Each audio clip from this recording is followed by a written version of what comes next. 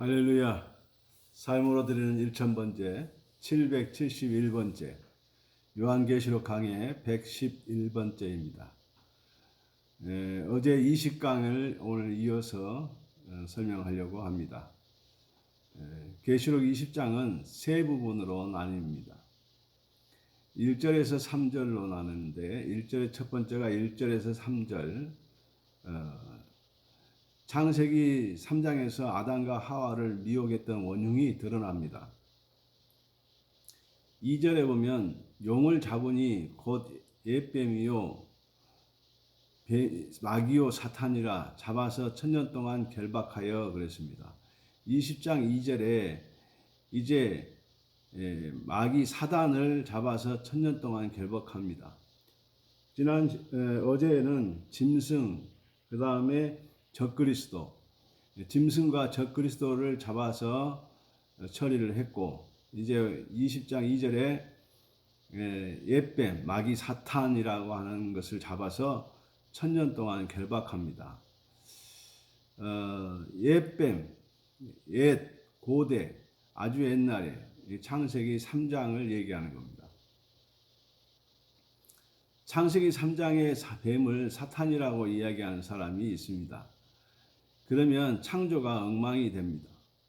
하나님이 보시기에 좋았더라고 했는데 사탄이라고 하면 안 좋은 것이 만들어지게 됩니다. 그러면 안 되죠. 그래서 뱀은 사탄이 아니라 뱀일 뿐입니다. 먼저 타락한 천사, 사탄이 아담과 하와를 넘어뜨려야 되겠는데 고민하다가 하나님이 만드신 들짐승 중에 뱀이 가장 지혜롭다. 이 말은 말을 가장 잘한다 그 말입니다. 뱀은 혓바닥이 2개입니다. 뱀이 태초에는 말을 가장 잘했다. 그래서 3장에 대화를 합니다. 그것을 알고 사탄이 뱀을 이용한 것입니다. 옛뱀이 마귀요 사탄이라. 창세기 3장부터 미혹했던 그 원흉을 여기서 잡습니다. 잡아서 천년 동안, 철장으로 만국을 다스릴 기간의 천년인데 이 천년 동안 무저갱 속에 집어넣습니다. 잡았다. 다 잡았다. 이제 사탄은 잡아서 불못에 안 넣고 무저갱에 넣었습니다. 다른 것들은 불못에 다 집어였는데 이것은 무저갱에 안 넣고 불못에 안 넣고 무저갱에 넣습니다. 무저갱에 넣는다는 것은 다시 끄집어 낸다는 말이 전제로 하고 있습니다. 무저갱이 끝이 아니기 때문에 그렇습니다. 임시적으로 무저갱에 가둬놓았다가 언젠가는 풀어놓는다는 이야기입니다. 어떤 의도를 가지고 하시는 일입니다. 지금까지는 예수 믿는 사람들에게 광고 효과가 있어야 됩니다. 무엇인가 깨닫게 해주는 것이 있어야 되는데 그래서 너는 불못으로 바로 가면 안 돼. 이것을 고대 전쟁관을 이해해서 보면 쉽습니다. 고대 전쟁에서는 장수끼리 싸웁니다. 그래서 패장은 자살을 못하도록 입을 막고 손을 묶고 합니다. 그래서 살려두죠. 그리고 밧줄로 묶어서 이긴 장수는 말을 타고 그리고 패장은 뒤에 줄로 묶어서 끌고 갑니다. 승장은 말 타고 가고 패장은 끌려간다 그 얘기입니다. 이것을 보면 사람들이 대장만세를 하죠. 그런데 죽이고 그냥 가면 사람들이 이겼는지 졌는지 어떻게 됐는지 궁금해합니다. 적장을 끌고 가면 100% 이겼구나. 그러면 환호성이 감당이 안 될 정도로 터져 나올 것입니다. 이것이 광고 효과입니다. 그리스도인들에게 위로를 해주려고 광고 효과 때문에 임시적으로 가두어 놓는 것입니다. 자, 일단은 이제 악의 세력들을 전부 다 진멸을 하고 정리를 했습니다. 계시록 20장 4절에서 10절의 내용이 이제 천년 왕국의 내용입니다. 이제는 20장 4절에 또 내가 보좌들을 보니 거기에 앉은 자들이 있어 심판하는 권세를 받았더라. 또 내가 보니 예수를 증언한가 하나님의 말씀 때문에 목배임을 당한 자들의 영혼들과 또 짐승과 그의 우상에게 경배하지 아니하고 그들의 이마와 손에 그 표를 받지 아니한 자들이 살아서 그들과 더불어 천년 동안 왕노릇하니. 아멘. 그리스도와 더불어 천년 동안 왕노릇한다는 겁니다. 정리할 것 다 하면 혼인의 예식을 해도 된다 그 말입니다. 천년 동안 왕노릇합니다. 이 말은 어떤 의미인가? 원인이 이해되지 못하고 결과만 가지고 천년왕국 합니다. 그러나 본래 의미가 완전히 퇴색이 됩니다. 그 의미가 무엇인지를 살펴보려고 합니다. 시편 2장 7절로 9절에 보면 내가 여호와의 명령을 전하노라. 여호와께서 내게 이르시되 너는 내 아들이라. 오늘 내가 너를 낳았도다. 내게 구하라. 내가 이방 나라를 내 유업으로 주리니 내 소유가 땅끝까지 이르리로다. 내가 철장으로 그들을 깨뜨리며 질그릇같이 부수리라 하시도다. 이제 하나님의 자녀들, 그리스도의 신부, 오늘날 교회들과 함께 하기 위해서 어떻게 하는가? 9절에 보면 내가 철장으로 그들을 깨뜨리며 질그릇같이 부수리라 하시도다. 이 기간이 다시 말하면 그리스도께서 철장으로 만국을 다스릴 것이라고 예언된 기간. 그것을 우리가 말할 때 천년 동안 왕노릇한다는 기간입니다. 그러면 우리는 자꾸 천년왕국 그러지 말고 성경에 예언된 대로 그리스도께서 철장으로 만국을 다스리는 기간, 이렇게 정확한 해답을 해야 되는 것입니다.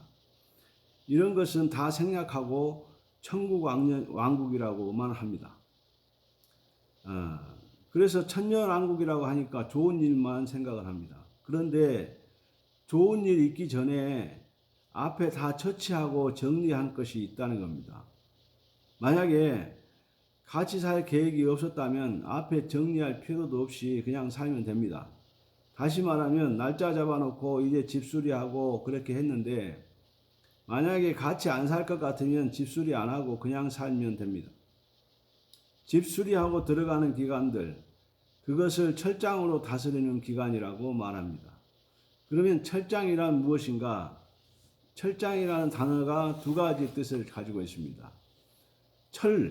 철로 만든 형용사입니다. 장, 명사로 홀, 지팡이라고 얘기합니다. 시편 45편 6절에 하나님이여 주의 보좌는 영원하며 주의 나라의 규는 공평한 규이니이다. 나의 왕의 홀이라고 나와 있습니다. 여기서 왕의 홀, 그래서 창세기 49장부터 제일 먼저 나와 있습니다. 창세기 49장 10절에 규가 유다를 떠나지 아니하며 통치자의 지팡이가 그 발 사이에서 떠나지 아니하기를 실로가 오시기까지 이르리니 그에게 모든 백성이 복종하리로다. 아멘. 홀, 이 규, 이것이 홀, 이런 뜻입니다. 그래서 이 유다를 떠나지 아니하며 규, 홀, 왕의 홀이라는 것은 통치자의 홀입니다. 그래서 임금이 손에 잡고 있는 홀이다 그 말입니다. 그래서 쉽게 얘기하면 통치자의 지팡이, 목자의 지팡이, 그런 뜻입니다. 미가서 7장 14절에 보면 원하건대 주의 지팡이로 주의 백성 곧 갈멜 속 산림에 홀로 거주하는 주의 기업이 양떼를 먹이되 그들을 옛날같이 바산과 길르앗에서 먹이시옵소서. 자, 민수기 17장 6절에는 모세가 이스라엘 자손에게 말하되 그들이 지휘관들이 각 지파대로 지팡이 하나씩을 그에게 주었으니 그 지팡이가 모두 12이라. 그 중에 아론의 지팡이가 있었더라 그랬습니다. 자, 목자의 지팡이 하면은 시편 23편이 떠올라야 됩니다. 목자의 지팡이는 양들을 위해서 맹수들을 막아주는 지팡이입니다. 이것이 통치자의 지팡이다 그 말입니다. 왕의 홀로도 사용되고 목자의 지팡이로도 사용됩니다. 이것이 그리스도에게 표현된 단어들입니다. 그리스도께서 가지고 계시는 그 철장이 그런 역할을 한다는 겁니다. 철장을 가지고 만국을 다스린다 할 때 그 철장이 왕의 홀이 되고 목자의 지팡이가 된다 그 말입니다. 자, 자신을 대적하는 어떤 세력도 주님은 용납하지 않습니다. 산산이 부서뜨립니다. 그것이 불못에 집어넣고 지옥에 보내버리고 하는 것입니다. 오늘 믿는 자들에게 목자의 지팡이가 되어주신다. 보호의 지팡이가 되어주신다. 그 말입니다. 이제부터는 내가 이 지팡이로 안전하게 지켜주마. 나만 믿어라. 그러면 시집갈 만할 것입니다. 계시록에 가서 7교회에게 하시는 말씀 중에 이 말씀을 하시는데 역으로 생각하면 너무나 귀중한 말씀이었구나 하는 것을 알 수 있습니다. 두아디라 교회에게 하신 말씀이죠. 계시록 2장 27절에 보면 그가 철장을 가지고 그들을 다스려 질거 깨뜨리는 것 같이 하리라. 나도 내 아버지께 받은 것이 그러하니라. 아멘. 이기는 자에게, 이기는 성도에게, 이기는 교회에게 내가 그렇게 해준다는 겁니다. 내가 철장을 가지고 정리해주고 앞으로 보호해주고 내가 책임져 준다. 이 엄청난 약속을 해주시는 겁니다. 우리가 놀랄만 하는 것은 다 정리됐습니다. 이제는 깨끗하게 꽃가마 타고 가게 해준다 그 말입니다.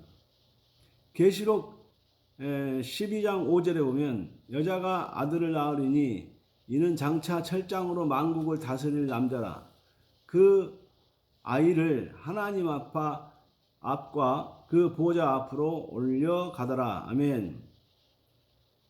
여자가 아들을 낳으리니 이거는 그리스도입니다. 2000년 전에 왔다 가셨습니다.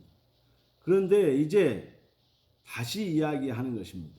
이것은 삽입이기 때문에 그렇습니다. 그리스도는 장차 철장으로 만국을 다스릴 남자라고 예언된 기간이 우리가 말하는 1000년 동안 왕노릇하는 그 기간입니다. 우리가 왕노릇한다 그 말은 주님이 철장을 휘두를 때 옆에서 죽인다고 하고 죽어야 한다고 하고 거드는 일을 하는 거죠. 그것이 왕노릇 하는 것입니다. 우리가 언제 사탄에게 강하게 싸울 때가 있었습니까? 한마디만 하면 위협당했는데 이제 주님 옆에 계시고 또 철장 가지고 계시니까 죽이라고 옛날에는 우리를 미혹했다고 우리를 교회도 못 나가게 했다고 또 내 헌금도 떼어먹게 했다고 얘기할 수 있는 거잖아요. 그게 왕노릇 하는 겁니다. 자, 마지막 결론에 19장 15절에 보면 그 입에서 예리한 검이 나오니 그것으로 만국을 치겠고 친히 그들을 철장으로 다스리며 또 친히 하나님 곧 전능하신 이의 맹렬한 진노의 포도주 틀을 밟겠고 그랬습니다. 진노의 포도주 틀이라 이 그 당시 문화 속에서 기계로 하는 것이 아니고 수작업으로 하는 것입니다. 틀 안에 들어가서 사람이 짓밟습니다. 또 진 이긴다는 거죠. 실제로 그렇게 하는 것처럼 철장으로 완전히 정리하는 것입니다. 왜? 신방 차려서 같이 살아야 되니까. 마지막 정리를 깨끗하게 해야 됩니다. 이것이 바로 우리가 말하는 천년 동안 왕노릇 한다는 것입니다. 이것을 모르니까 천년 왕국은 하늘에서 이루어진다라고 얘기합니다. 아닙니다. 땅에서 이루어집니다. 진노의 포도주 틀에서 밟고 있는데 하늘에서 이루어진다는 것은 말이 안 되는 이야기입니다. 그냥 천년 왕국만 생각한 겁니다. 자, 악한 영들도 2층 하늘에 있다가 1층 하늘로 땅으로 내어 쫓기었습니다. 땅에서 설치고 있는 것입니다. 한 사람이라도 자기 편 만들어서 같이 죽으려고 땅에서 활동하고 있는 것입니다. 왜? 사람이 땅에 있으니까. 계시록 19장 14절에 보면 하늘에 있는 군대들이 희고 깨끗한 세마포 옷을 입고 백마를 타고 그를 따르더라. 아멘. 마지막 천년 왕국을 위해서 그리스도께서 백마를 타고 내려오시는데 그 뒤에 많은 군대들이 따르고 있습니다. 이 군대들이 아담 이후로 지금까지 영과 육이 분리되어서 천국에 가 있는 그리스도인들입니다. 이 사람들이 땅으로 한꺼번에 내려오고 있다는 겁니다. 계시록 19장 20절에는 짐승이 잡히고 그 앞에서 표적을 행하던 거짓 선지자도 함께 잡혔으니 이는 짐승의 표를 받고 그 우상에게 경배하던 자들을 표적으로 미혹하던 자라. 이 둘이 산채로 유황불 붙는 못에 던져지고 하늘에서 내려와서 짐승을 땅에서 잡았다.